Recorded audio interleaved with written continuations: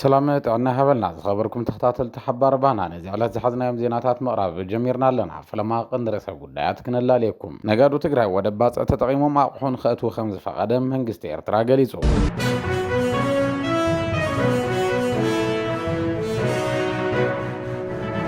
فلما يستبحل ركب حزبታት ትግራይን ኤርትራን ኣብ ሞንጎ ወረዳታት እገላን ጾሮናን ከም ዝተኻየደውን ተፈሊጡሎ ሓባር ባና ናይ ዛዕባ ዝርዝር ሓበሬታ ሒዙሎ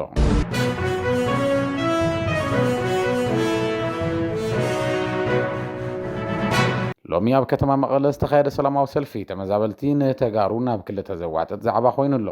ኣብ ከተማ መቐለ ዝዕቆቡ ተመዛበልቲ ኣብ ዘካየድዎ ሰላማዊ ሰልፊ ዘይትግበር መጽባዓይ ኣክል ብምባል ድምጾም ኣስሚዖም እዮም ጉዳይ ተመዛበልቲ መጥቀም ፖለቲከኛታት ከይኸውን ስጋት ዝተፈጠረሉ ምኽንያት ሎሚ ክንደስስ ወይና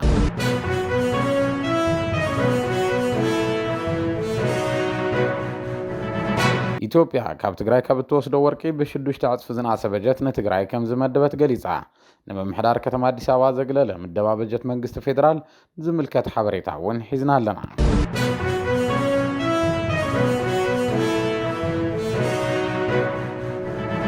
ቦርድ ተተሓሒዞም ኣብ ዝነበሩ ከባቢታት ዞባ ደቡብ ትግራይ ክልላዊ ፈተና ሻምናይ ክፍሊ ይወሃበሎ بمسارة سرعة تمرت تجري عبور دارا يلا ماتان كتمان لماتان زوهاب زلو فتنا حتى جزء تجري زملس فلا ما يسوق مكخوني خلوز بالحتو كنا لقلينا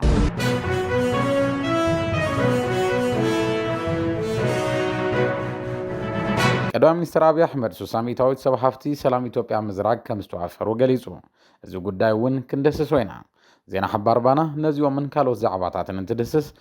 channel بانا ميديا لايك شير سبسكرايب تقبرو نقدمكم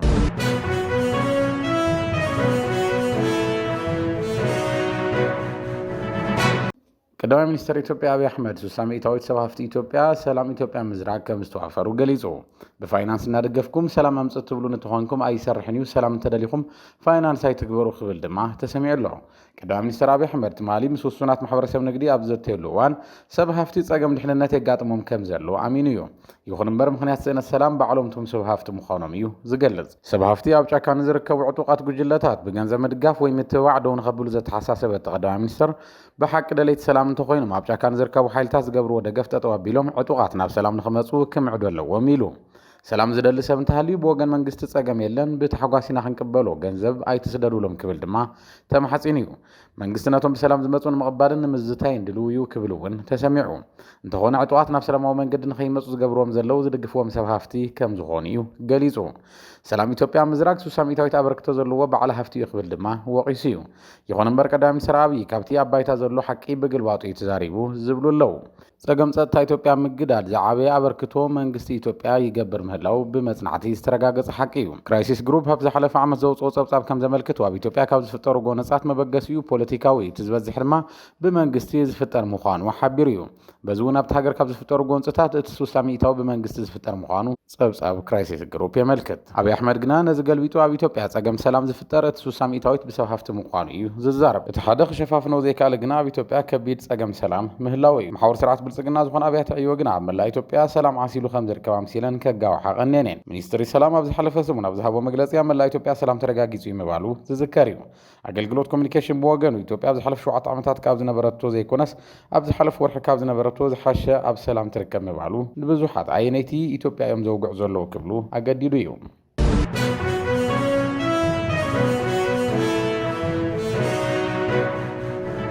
ተመዛበልቲ ምዕራብ ትግራይ ናብ ቤት ጽሕፈት ርእሰ ምሕዳር ጥሒሶም ምእታዎም ተገሊጹ أبتايلو نفقلينا حتى إلى غلاي ኣብ ከተማ መቐለ ዝርከቡ ተመዛበልቲ ዞባ ምዕራብ ትግራይ ዘካየድዎ ሰላማዊ ሰልፊ ንተጋሩ ናብ ክልተ ዘዋጥጥ ዛዕባ ኮይኑ እዩ ሎሚ ሰነ 4 2017 ዓ.ም ኣብ ከተማ መቐለ ዝዕቆቡ ተመዛበልቲ ኣብ ዘካየድዎ ሰላማዊ ሰልፊ ዘይትግበር መጽባዓ ያክል ብምባል ድምጾም ኣስሚዖም ያክል ሓጹር ቤት ጽሕፈት ርእሰ ምሕዳር ብሓይሊ ጥሒሶም ዝኣተውቶም ተመዛበልቲ ፕሬዚደንት ታደሰ ወረደ መጽኡ ከየዘራርበና ኣይንወፅን ክብሉ ተሰሚዖም ስቃይ ያክል ንሓምሻይ ክረምቲ ኣብ ኬንዳ ኣይንነብርን ዝብሉን ካልኦት ጨርሖታትን እናስምዑ ካብ መዕቆብ ተመዛበልቲ ናብ ቤት ጽሕፈት ርእሰ ምሕዳር ዘጓዓዙቶም ተመዛበልቲ ኣዴታት ቆሎና ቆልዋን እና ኣወያን ተመዛበልቲ ዘለዎ መከራ ክንደይ ዝኣክል ከቢድ ምዃኑ ከንጸባርቓ ተራእየነን እቲ መንግስትና ንብለውን ሕዚ እንታይ ምዃኑ ክርደአና ይከኣለን ሓምግለይ ንምንታይ ፕሬዚደንት ታደሰ ምስ ተወሰኑ ተወከልቲ ንምዝራብ ዘለዓልዎ ሓሳብ በቶም ሰልፈኛታት ተቃውሞ قطيمو والا انتنبره دحرب استقبر من رداء قنا حدا 150 توكلت مستون بريزيدنت بعصو كم زتي وتحبيرو ابتن ميدياتا استخل كلزة استلعلون من رداء استبصحلو من زعواتات بزملكة حبريتا مسترقبة نابتغطاتلتنا خنا بتصحينا اتستخايد السلفي بمن كم ستسوعه نتصور حبريتا ولا انت زي هلوه اما خلات معقوب نزلو تمزابلتي بزت حبابرو اكالات كم ستسوع قنا انها تقلت يركب كو 10 سو 13 سنه 2017 عام تمرت اب كتما مغله 13 سنه دما برسا ختما سويزرلاند جنيفا عالم الخاو سلاماو سلف المكيار تلمحيزو زلو صلال سيفيل محورسب معرب تግራይ نت سلفي كم زي فلتو حبيرو ناتنا علامه بصقم تمزابلت تخورت غير كازلا افتحن خمص مسرح منبر بمخنيات بوليتيكا وافلالاي نصلاخ مريحነት تمزابلاي نوافركا صقط مفتار يكونن كبلو امرار حص صلال سيفيل محورسب معرب تግራይ ገሊጾም صلال سيفيل محورسب معرب تግራይ نسلفي ايفلطون موالو سيعيبو استفلالو اكلات ريتوم نحاو يركبو أجندات مزابلتي متصاوت قمار بوليتيكينياتات كي يخون ون سقاتهم يقلصوا له تبصلال سيفيل محورسب معرب تግራይ ككاد مرح قبر تتحيزوا لزلو سلاماو سلفي قدم مكيادو قال سلف خكاد استقبرلو مخنيات عاقم تمزابلتي ناب حدا تاخاخيبو تنكارن خيفتر يوزبلو ون ايتسانون ابتم زحلفو خلت عامتات تمزابلتنا مربتهم نخملسو زحاتو سلاماو سلفتات بتدغاغامي ان تخايد ولا انتمصو اب قرباوان كلمسكم ينا خاب زبل زي تكبر مسبع وصا جن تكبراو سراح ايتسرحن اتوم زحلفو خلت عامتات قديفنا كم بحدش تطايش غزاو محداركوا اب حدا 100 معلتات كفصمم كاب زحازم 16 عبيت وانينات تمزابلتنا مربتهم مملاسن وعلى بريتوريا بملؤነት مفصام زبل اب قصر حري يركب يوخن برت غزاو محدار ولا حنت سرح كي سرحه كل التورحي ملي ولو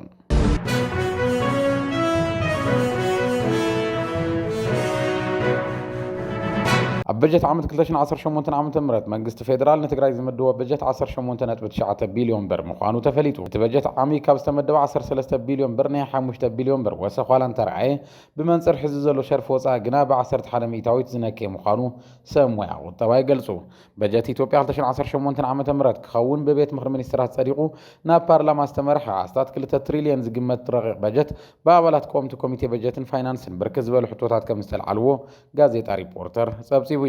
عبد الغرب رقيق حدشت ميجا بروجكتات المجمار ستحاز بجت كم زي الله تفليتو سرعة بلصقنا نزغص البجت عم تحيزيو زبلو زلو عستات كل 3 تريليون بر بجت بمنصر حزلو شرف دولار انتسلح كاو 13 بليون دولار كان زخونه حبار بعنا مصبصاوي ذكر بمنجست فيدرال نتግራይ تمديو زلو بجت حزب زلو دولار انتسلح 152 مليون دولار يزبلو سمويا سنه قطبا እዚ ድማ ትግራይ فيدرال كاب تبركتو ورقي بشدش تعصفي زنا اسمه قانو يردو ابز عمت كاب تግራይ نا بهراو بانك زاتو 10 تون ورقي 2.4 بليون دولار شرف وصا 5 تو ريبورتر زوصو حبريتات وكيسو حبار بعنا مصبصاو ذكريو منجست فيدرال هفته تفطرو تግራይ نا غحغو ورقنا وسده بقمرن وحد بز حزبنا نامخاني نتግራይ زمدو بجت ورق تግራይ كاب زهواتاوي بشدش تعصف زنا اسمه قانو قطوا تግራይ من دخام زلو دليت زرغاغصيو دليت منجست ابي احمد تفليت زحادريو زبلو غالريتو هابتن ما امونغو فيدرال كل تግራይ زلو زي متاطن قطوا وركب كساب زمعرارن تግራይ ملي احساب ترغاغان عدنا معدن تطو كبلي زلو ويم زبلو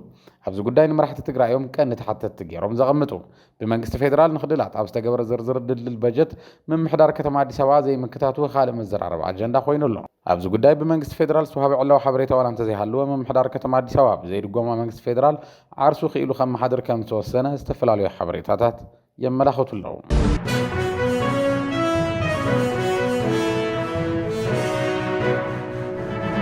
تحلت سبعة مسلات بمجلس فيدرال تأثر جايزتنا تسفالم ولديس نخفتح الناس أو عير كبا كوميتي حلوة جايزتنا تاسي بي جي نامنستي انترناشنال نابزو صوة مجلسي بزي تزاز بيت فرد تأثر جايزتنا تسفالم نخفتح حاتيتن وأن السنة دا إثيوبيان إنسايدر سبها الميديا زخونة جايزتنا تسفالم شمون تسنة 2025 عام تفرنجي سيفيل بستخدموا أكلات تعب كيد خمزو على تقاليتيهم تمالي بيت فردي عدي سوا مدم مقابايات شرقوس زغربان تخون بوليس نحاسوت حبريتا مزرقح زبل كسي كم زغربالو تفليتو اللون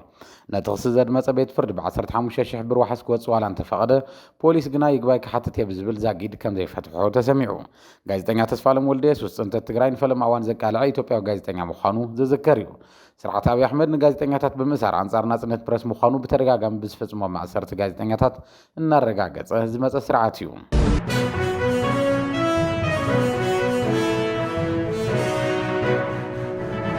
ركب أبدو بزركب وحزبتات تግራይን ኤርትራን ከም ዝተሳለጠ ተሰሚዑ እቲ ያሞንጎ ወረዳ አገላን ጾሮና ናብ ዝርከብ በለሳተ ባሂሎ ብጽዋዕ ከባቢ ዝተኻየደ ህዝባዊ መድረኽ ብኣዘዝቲ ሰራዊት ኤርትራ ዝተመርሐ መንባሩ እዩ ተፈሊጡ ካብ ትግራይ ኤርትራን ዝተዋጽኡ ክፋላት ሕብረተሰብ ዝተረኸብሉ ህዝባዊ መድረኽ ብተበግሶ ነበርቲ እገላን ጦሮናን ዝተኻየደ ምዃኑ ተሳታፊ ተኣኺባ ዝኾነ ሓደ ትግራዋይ ንሓባር ባና ጸብጺቡሎ ሰራዊት ኤርትራ ብሓይሊ ሒዝዎም ካብ ዝነበሩ ከባብታት ኢሮብ ዛላምበሳን ገርሁ ስርናይን ደቂቁ ከም ዝወፀ ነቲ ኣኼባ ዝመርሖ ዘስቲ ሰራዊት ኤርትራ ከም ዝገለጹ እዩ ተፈሊጡ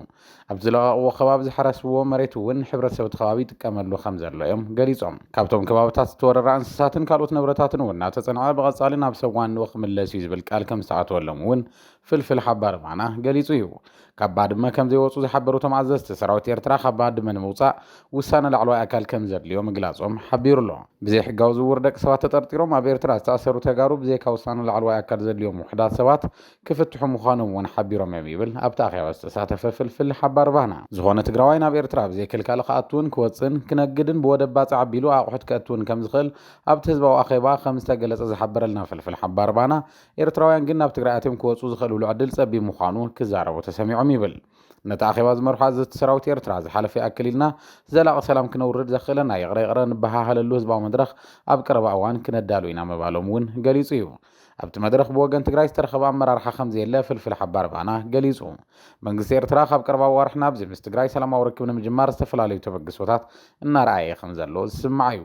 ነጠፍቲ ማሕበራዊ ሚድያ ናብ ኣስመራ ዝዓደመ ኣወል ስዒድ ዝተባሃለ ኤርትራዊ ነጣፊ ማሕበራዊ ሚድያ ኣብ ቀረባ እዋን ብቦርድ መረፃ ኢትዮጵያ ናይ ዝተሰረዘ ውድብ ዓሲምባ ኣቦ ወንበር ኣይተድወሪ ኣስገዶም ኣብ ኣስመራ ጋሻ ከም ዝገበሮ ገሊጹ እዩ ኣብ ዝተፈላለዩ እዋናት ኣብ ልዕሊ ህዝቢ ትግራይ ጭካነ ዝተመልኦም ግፍዕታት ዝፈጸመ መንግስቲ ሻዕብያ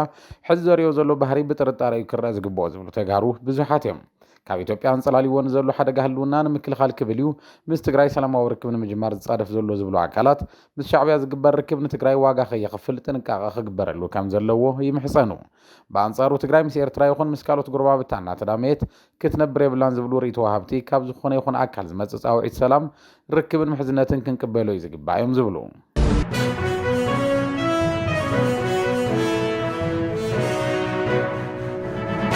ወረርቲ ተታሒዞም ኣብ ዝነበሩ ከባብታት ዞባ ደቡብ ሓዊሱ ኣብ መላእ ትግራይ ክልላዊ ፈተና ሻምናይ ክፍሊ ይወሃበሎ ፕሬዚደንት ታደሰ ወረደ ሎሚ ሰነ 4 2017 ዓ.ም ንዞባ ደቡብ ሓዊሱ ግዜያዊ ምሕዳር ኣብ ዘመሓደረን ወረዳታት ትግራይ ፈተና ሻምናይ ክፍሊ ኣጀሚሮም ፕሬዚደንት ግዜያዊ ምሕዳር ትግራይ ሌተናል ጀነራል ታደሰ ወረደ ኣብ ሙሉእ ቀዳማይ ብርኪ ቤት ትምህርቲ መቐለ ተረኺቦም እዮም ነቲ ብሄራዊ ፈተና ኣጀሚሮም እዚ ብሄራዊ ፈተና ኣብ 79 ወረዳታት ትግራይ ኣብ ዝርከባ 1165 ኣብያተ ትምህርቲ ዝተመሃሩ 34076 ደቂ ኣንስትዮ ዝርከብዎም 67048 ተምሃሮ ሻምናይ ክፍሊ ክፍተኑ ትፅቢት ከም ዝግበር ሓበሬታ ቢሮ ትምህርቲ ክልል ትግራይ የመላኽት እቲ ክሳብ ሰነ 6 2017 ዓ.ም ዝካየድ ብሄራዊ ፈተና ሻምናይ ክፍሊ ድሕሪ ፅንተታዊ ኩናት ስሩዕ ፈተና ከይሃባ ዝፀንሓ ወረዳታት ራያ ኣላማጣን ከተማ ኣላማጣን ከም ዝሓውስ እዩ ተገሊጹ ወረዳታት ራያ ኣላማጣን ከተማ ኣላማጣን ብወረርቲ ተታሒዘን ኣብ ዝነበራሉ እዋን ተምሃሮ ብኣምሓርኛ ንክመሃሩ ይግደዱ ምንባሮም ዝዝከር እዩ ሎም ዓመት ግና ተምሃሮ ወረዳ ኣላማጣን ከተማ ኣላማጣን ብቋንቋ ትግርኛ እናተምሃሩ ድሕሪ ምጽናሕ ብመሰረት ስርዓት ትምህርቲ ትግራይ ሎሚ ብሄራዊ ፈተና ሻምናይ ክፍሊ እናተፈተኑ ይርከቡ ኣብ ዞባ ደቡብ ትግራይ ኣብ ወረዳ ራያ ኣላማጣን ከተማ ኣላማጣን ዝርከቡ ኣብያተ ትምህርቲ ሓዊሱ ኣብ 142 ኣብያተ ትምህርቲ ንዝመሃሩ ልዕሊ 4000 ተምሃሮ ብሄራዊ ፈተና ሻምናይ ክፍሊ እናተዋሃበ ይርከብ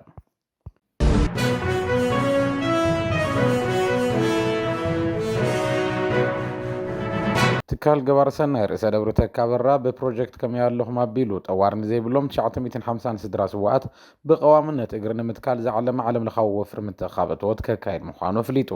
እቲ ብምኽንያት መዓል ሰማዕታት ብኢንተርኔት ወይ ድማ ዙም ኣቢሉ ዝሳለጥ ወፍሪ ምትእኻብ እቶት 8 ሰነ 2017 ዓ.ም ካብ ዓጋምሸ ሰዓት 12 ክሳብ ሰዓት 4 ምሸት ከም ዝካየድ ተሓቢሩ ኣብ ልዕሊ ትግራይ ንዝተኻየደ ፅንተታዊ ኩናት ንምምካት ወፊሮም መስዋዕት ዝኸፈሉ ስዋኣት ሽማግለታት ወለድን ትሕቲ ዕድመ ህፃናትን ሓደራ ኢሎም ዝሓለፉ እዮም ዝበለት ትካል ገባር ሰናይ ኣብ መላእ ዓለም ዝርከብ ትግራዋይ ንስድራ ስዋኣት ብቐዋምነት እግሪ ኣብ ምትካል እጃሙ ከበረክት ፀዊዑ